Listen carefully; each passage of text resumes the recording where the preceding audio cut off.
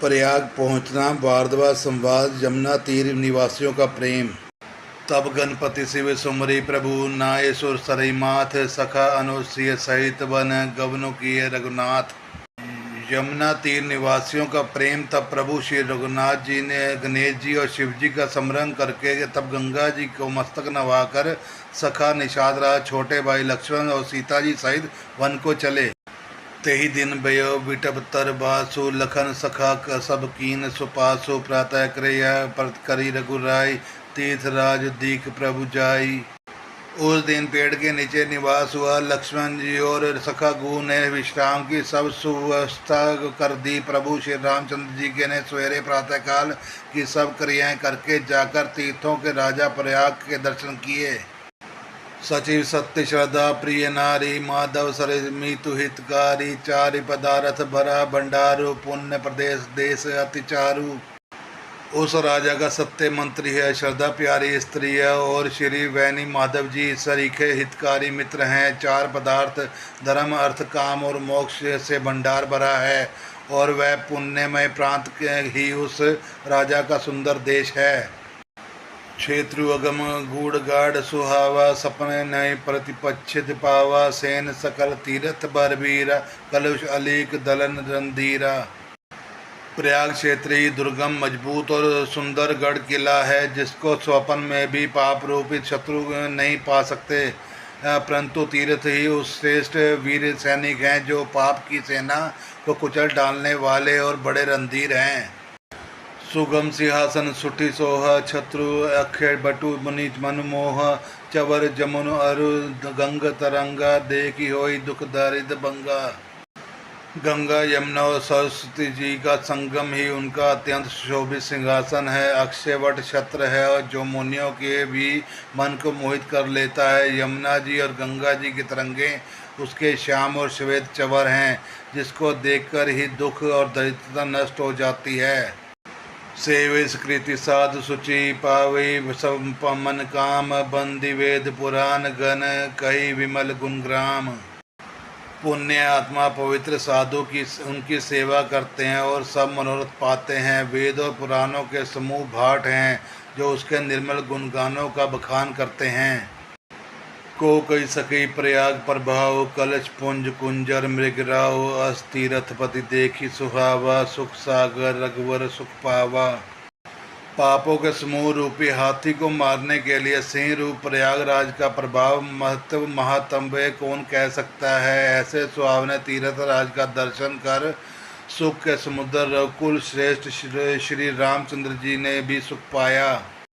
कई सी लखनी सखी सुनाई, श्री मुख तीर्थ राज बढ़ाई, करी प्रणाम देख बन भागा, कहत महात्म अति अनुरागा। उन्होंने अपने श्रीमुख से सीता जी, लक्ष्मण जी और सखा घू को तीर्थ राज की महिमा कहकर सुनाई। तदंतर प्रणाम करके वन और बगीचों को देखते हुए बड़े प्रेम से महात्म्य कहते हुए, ए विधि आई विलोकी बेनी, सुमृत सकल सुमंगल देनी, मुदित नहाय कीन शिव सेवा, पूजे जथा विधि तीर्थ देवा। इस प्रकार श्री राम ने आकर त्रिवेणी का दर्शन किया और स्मरण करने से ही सब सुंदर मंगलों को देने वाली हैं। फिर आनंद पूर्वक त्रिवेणी में स्नान करके शिवजी की सेवा पूजा की और विधि पूर्वक तीर्थ देवताओं का पूजन किया। तब प्रभु भारद्वाज पही आए, करे दंडवत मुनि और लाए, मुनि मन मोह न कछु कही जाई, ब्रह्मानंद राशि जन पाई। स्नान पूजन आदि सब करके तब प्रभु श्री राम जी भारद्वाज जी के पास आए। उन्हें दंडवत करते हुए ही मुनि ने हृदय को लगा लिया। मुनि के मन का आनंद छा कुछ कहा नहीं जाता, मानो उन्हें ब्रह्मानंद की राशि मिल गई हो। दीन आशीष मुनि उर अति आनंद अस जानी, लोचन गोचर सकृत फल, मनु किए विधि आनी। मुनीश्वर भारद्वाज जी ने आशीर्वाद दिया। उनके हृदय में जैसा जानकर अत्यंत आनंद हुआ कि आज विधाता ने श्री सीता जी, लक्ष्मण जी सहित प्रभु श्री रामचंद्र जी के दर्शन कराकर मानो हमारे संपूर्ण पुण्यों के फलों को लाकर आंखों के सामने कर दिया। कुशल प्रसन्न करी आसन दीने पूजी प्रेम परिपूरन कीने कंद मूल फल अंकुर नीके दिए आनि मुनि मनु अमीके। कुशल पूछकर मुनराज ने उनको आसन दिए और प्रेम सहित पूजन करके उन्हें संतुष्ट कर दिया। फिर मानो अमृत के ही बने हों ऐसे अच्छे अच्छे कंद मूल फल और अंकुर लाकर दिए। सिए लखन जन सहित सुहाए अति रुचि राम मूल फल खाए भय विगत श्रम राम सुखारे भारद्वाज मृदु वचन उचारे। सीता जी लक्ष्मण जी और सेवक गु सहित श्री रामचंद्र जी ने उन सुंदर मूल फलों को बड़ी रुचि के साथ खाया। थकावट दूर होने से श्री रामचंद्र जी सुखी हो गए।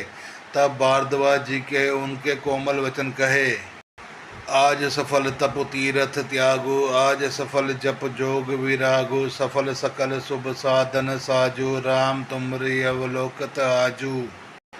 हे राम, आपका दर्शन करते ही आज मेरा तप तीरथ सेवन और त्याग सफल हो गया। आज मेरा तप जप योग और वैराग्य सफल हो गया और आज मैंने संपूर्ण शुभ साधनों का समुदाय भी सफल हो गया।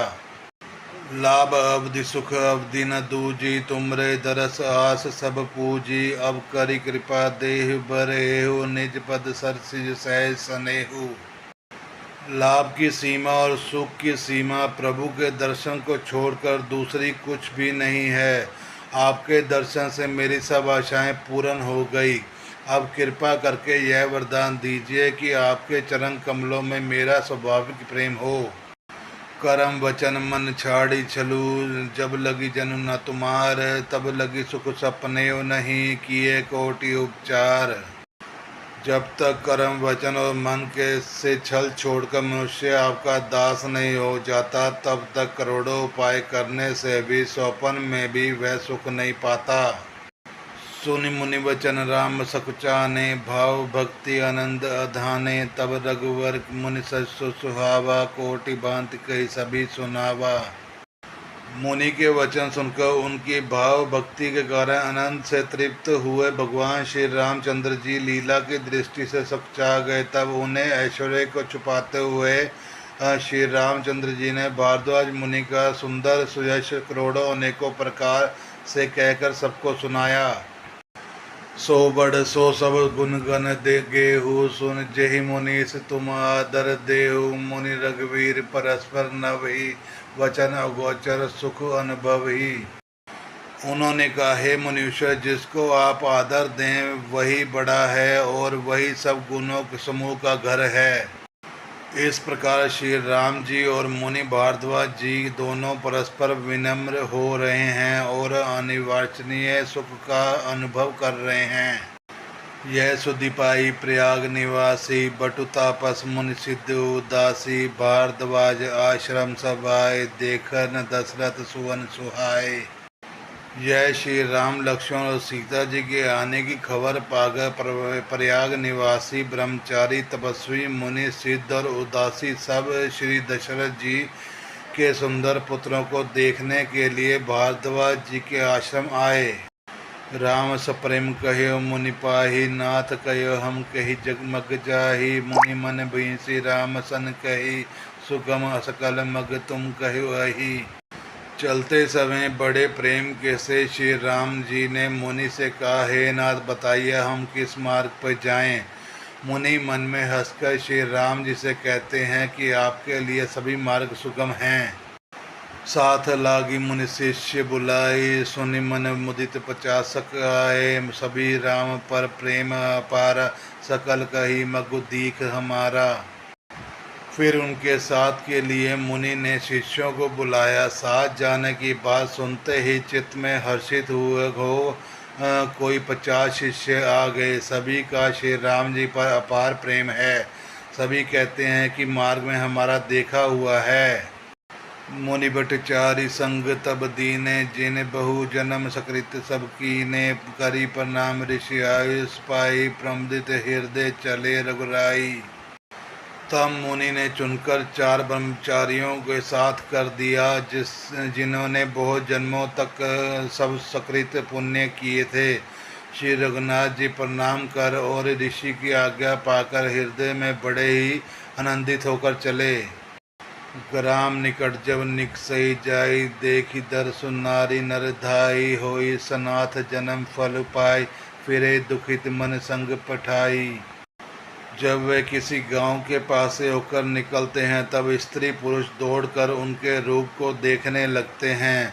जन्म का फल पाकर वे सदा के अनाथ सनाथ हो जाते हैं और मन को नाथ के साथ भेजकर शरीर से साथ ना रहने के कारण दुखी होकर लौट आते हैं।